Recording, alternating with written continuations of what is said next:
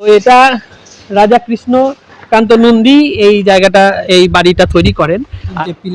চারটে পিলার দিয়ে করা আছে। তো এটা মনীন্দ্রচন্দ্র রায় তৈরি করেন। আর পুরাতন একটা রাজবাড়ি। এই রাজবাড়িতে যদিও আজ আর কেউ থাকে না। আবার এই রাজবাড়ি সম্পর্কে আমি ছোট রাজবাড়ি যেখানে এন্ট্রি ফি 30 টাকা লাগে। তো ওই জন্য আমি আসলে ওর ভিতরে ঢুকছি না বা ঢুকবো না। তো আমি বাইরে থেকে তোমাদের পুরোটা দেখা আউটেড বলে লেখা আছে এখানে, কারণ অনেক দিনের বাড়ি। ওপরে দেখতে পাচ্ছ কাঠের মতন একটা কিছু আছে। তো এই কাঠের এই যে কাঠের পাটাতন, এই পাটাতন গুলো খসে খসে পড়ছে। Hi guys, welcome back to my new YouTube vlog video. আর আজকে আমি চলে এসেছি তোমাদের কমেন্ট অনুসারে এই রাজবাড়ি ঘুরতে। এটা হচ্ছে কাশিমবাজারের বড় রাজবাড়ি। তো বিশ্বজিৎ কমেন্ট করেছিল আমাকে, বিশ্বজিৎ, দেবাশিস এবং আরো অনেকে কমেন্ট করেছিল যে এই কাশিমবাজার রাজবাড়িটার অবস্থা এখন কিরকম আছে সেটা জানাতে।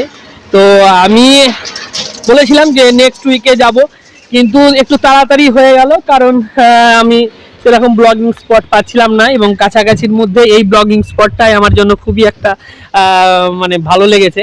তো সেই জন্য আমি এই জায়গাটাতে চলে এলাম। তো এটা রাজা কৃষ্ণকান্ত নন্দী এই জায়গাটা এই বাড়িটা তৈরি করেন। আর এই যে সামনে তুমি এই যে এই অংশটা দেখতে পাচ্ছ, এই অংশটা তৈরি করেন মনীন্দ্রচন্দ্র রায়। তো যিনি এই এলাকার বিভিন্ন লোকেদের কে বিভিন্নভাবে সাহায্য করেছেন। এই দেখো সামনের এই যে দালানের মতন ওপরে যে চারটে পিলার দিয়ে করা আছে। তো এটা মনীন্দ্রচন্দ্র রায় তৈরি করেন। আর এই পুরো বাড়িটা ইংরেজ আমলের, কারণ তোমরা যদি এর আগের লোগোটা দেখো, অর্থাৎ যে মানে যেরকম আমার চ্যানেলের লোগো থাকে এরকম এখানেও কিন্তু ইংরেজদের একটা লোগো আছে, দুটো সিংহের ছাপ। তো তৎকালীন ইস্ট ইন্ডিয়া কোম্পানি এরকম ছাপ থাকতো, তো এখনো আছে। তো সেই দেখেই বুঝতে পারা যায় যে এটা অন্তত 300 থেকে 400 বছরের পুরাতন একটা রাজবাড়ি। এই রাজবাড়িতে যদিও আজ আর কেউ থাকে না।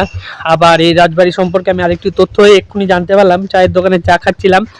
তো উনি দিদি বললেন যে এই বাড়িটা এখনো পর্যন্ত সরকার অধিগ্রহণ করেননি, অর্থাৎ সরকারকে দেওয়া হয়নি।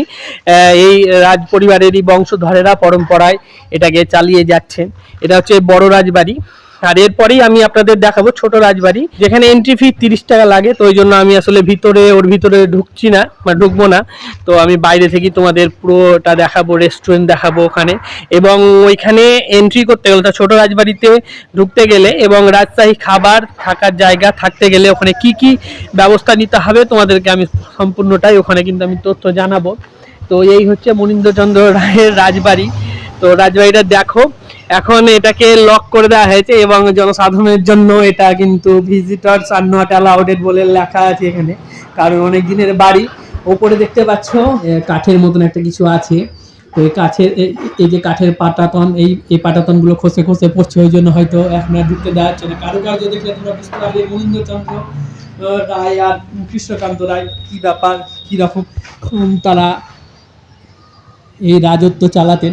তো এরা আসলে বংশ পরম্পরায় মুদি ছিল, অর্থাৎ এদের দোকান ছিল। পরে এরা ওয়ারেন হেস্টিংয়ের সহায়তায় বিশাল বড় রাজ পরিবারের অধিকারী হন, তাদের রাজ উপাধি দেওয়া হয়। তারপরে তারা রানী ভবানীর যে সম্পত্তি বেশ কিছুটা দখল করে নেয় ওয়ারেন হেস্টিংয়ের সহায়তায়। যখন ওয়ারেন হেস্টিং এখানকার গভর্নর জেনারেল হলেন, তো তারপরেই এদের এত প্রতিপত্তি বৃদ্ধি পায়। আর সব মিলিয়ে এই বাড়িটা অনেক দিনকে পুরাতন। তো বাড়ির ভিতর ঢুকতে পারলে আমার হয়তো অনেকটা ভালো লাগতো, কিন্তু এখন আর যেহেতু উপায় নাই, তো সেহেতু আমি তোমাকে বাইরে থেকে দেখিয়ে দিচ্ছি। তো জর্জরিত অবস্থা আছে, কিছুটা রং করা হচ্ছে মনে হচ্ছে। এই দেখো একটু রং করা হয়েছে। তো জানি না এটা রং করা হয়েছে কি আগেকারই রং করা ছিল।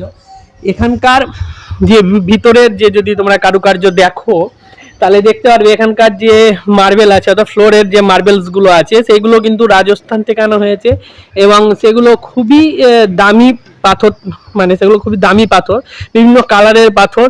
আর এখানকার প্রত্যেকটা পাথরই কিন্তু রাজস্থান থেকে আনা হয়েছে, সেখানকার রাজা চৈত সিং এর দালান থেকে খসিয়ে এনে। অর্থাৎ সেই সময় তো তোমাকে বলে দিলাম যে ওয়ারেন হেস্টিং ভারতের গভর্নর জেনারেল ছিলেন, কলকাতায় ছিলেন। তো সেহেতু এখানকার মানুষের কিন্তু একটু দাপট বেশি ছিল, তো তারাই ওখান থেকে খসিয়ে এনে এইসব জায়গায় লাগিয়ে রাখে। দেখো পরে এখন আবার কিন্তু সিসি ক্যামেরারও বন্দোবস্ত করা হয়েছে।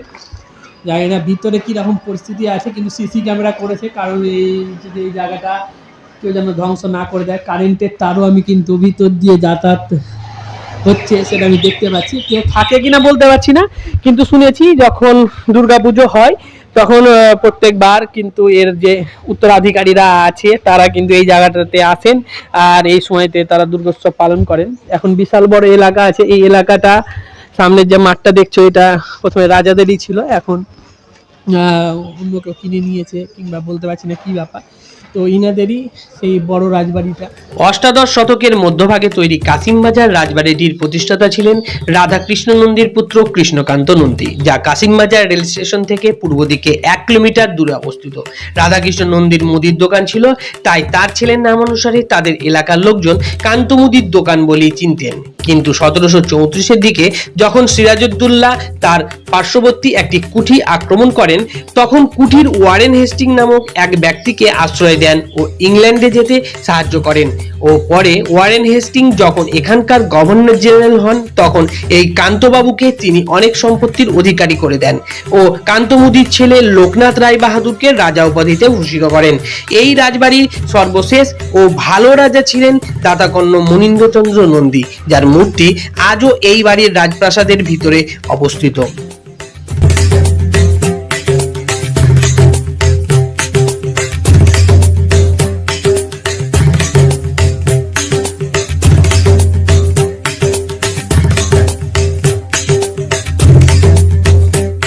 আমরা বিশ্বজিতের কথাই এখানে এসেছিলাম এবং তোমাদের এই জায়গাটা দেখে আজকে ভালোই লাগবে, কারণ তোমাদের কথা আমি রাখতে পেরেছি, এই জায়গাটাতে আমি আসতে পেরেছি। এই দেখো বিশাল বড় বিল্ডিং, বিশাল উচ্চতা।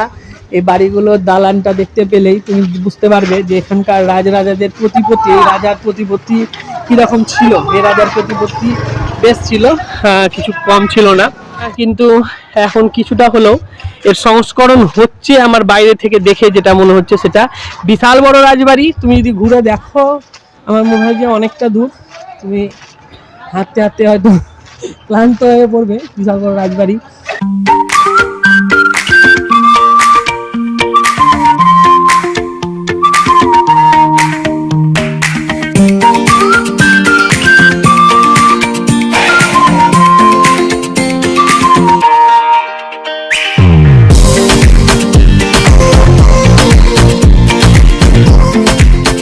আজকের ভিডিওটা এত দূরই, আর বেশি কথা বলবো না। আবার পরের দিন দেখা হবে, অর্থাৎ পরের ব্লগে দেখা হবে অন্য একটা ভিডিও নিয়ে।